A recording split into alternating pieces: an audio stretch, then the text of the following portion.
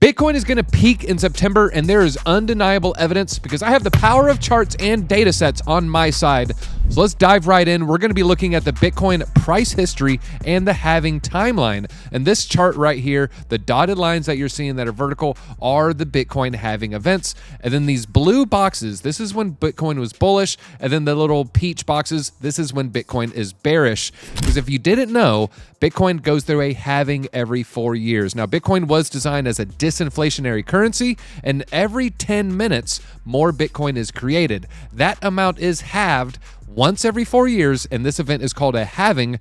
This is going to go on until the year 2140. So right now, every 10 minutes, we get about 3.125 Bitcoin hitting the market. Now, this has an important impact on the price, and we're going to be looking at the past to determine where is Bitcoin going to go. Now, you're going to notice something.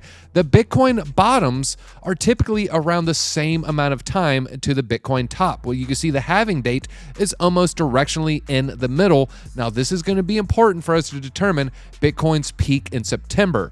Again, 2025. Now, this is coinciding with another very bullish event that is again demonstrating that Bitcoin is going to peak in September of 25. It is the global liquidity cycle. Now, you can see in this chart, this is following a 65-month cycle with global liquidity. And it looks like we're going to be coinciding with a peak global liquidity at the same time Bitcoin is expected to hit its peak. And global liquidity just means the amount of dollars floating around in the system. There's net gains and net losses. Now, the global liquidity cycle found interesting here, it peaks before the little gray line here. So it peaked before, peaked before, peaked before. This one, it peaked pretty much at the top. And if you'll see here, if it peaks a little before, that coincides very well with the September top. Now, I have another more updated chart on the global monetary liquidity. This is year over year percentage change. There's a little aberration that nobody else is talking about. Now, you can see it goes on a little peak and then it finds a bottom, finds a peak, finds a bottom, finds a peak, finds a bottom.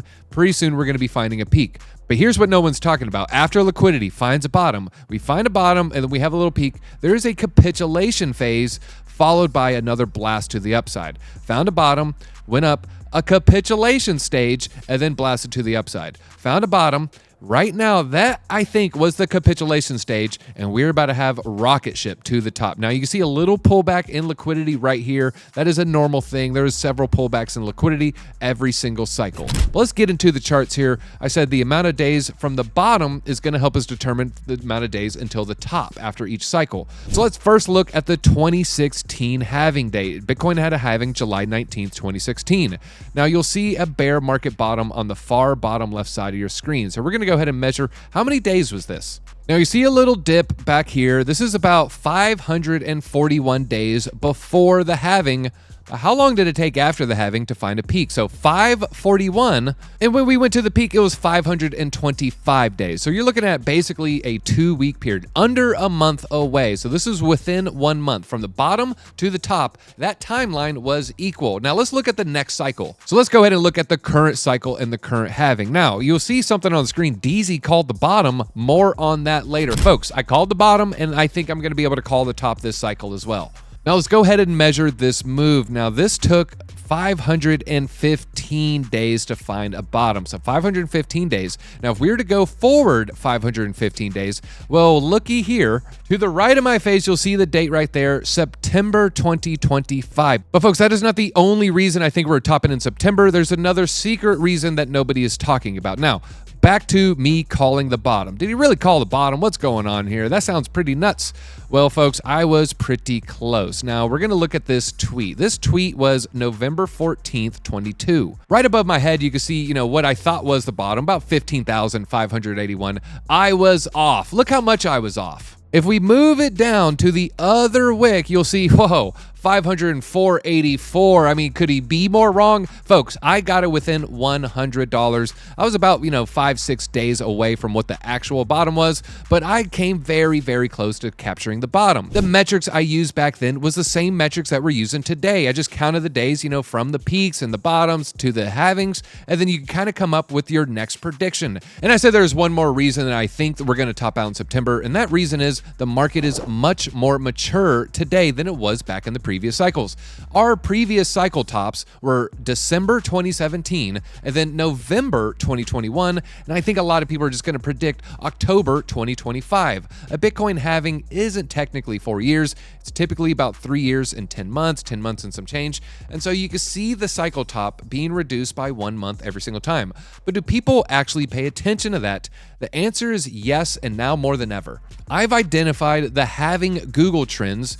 And folks, what I found was pretty shocking. You can see that people were actually slightly interested in the first halving, a little bit of a peak right there. This is the July 16 halving, very, very low number compared to the next cycle. The May 20 halving, a lot more people were interested, but look at it now. And so this is just showing me that the market is becoming more mature, because trust me, the people that learned about the halving back in 2020, they still know about the halving regardless if they Googled it here. And so the vast majority of people who are Googling this, learning about the halving, they're going to see what's going on with the cycle tops. And now more and more people are going to have that expectation. More and more people have that blueprint. I mean, you can see right here, July 2016, no one knew what it was. No one was counting the days from bear market bottoms and counting days compared to previous cycles. Really weren't enough cycles.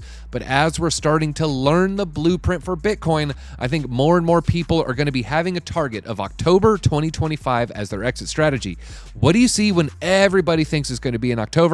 More and more people are going to try to front run the exit, and I predict a lot of these people are going to be selling their Bitcoin in September 2025. That is my bold prediction right here. You look at the global liquidity cycles, you look at how many people are learning about the halving, and you look at how many days it was before this halving for the bear market bottom. Use that as a template for the bull market top. It is certainly looking like September 2025 is the date. And so folks, I have a time-based exit strategy more so than a dollar-based exit strategy. And to me, this has worked very well in the past. I think it's going to work well in the future. Hit that like button if you think I can help you keep your Bitcoin gains this cycle. I'll see you in September at the top.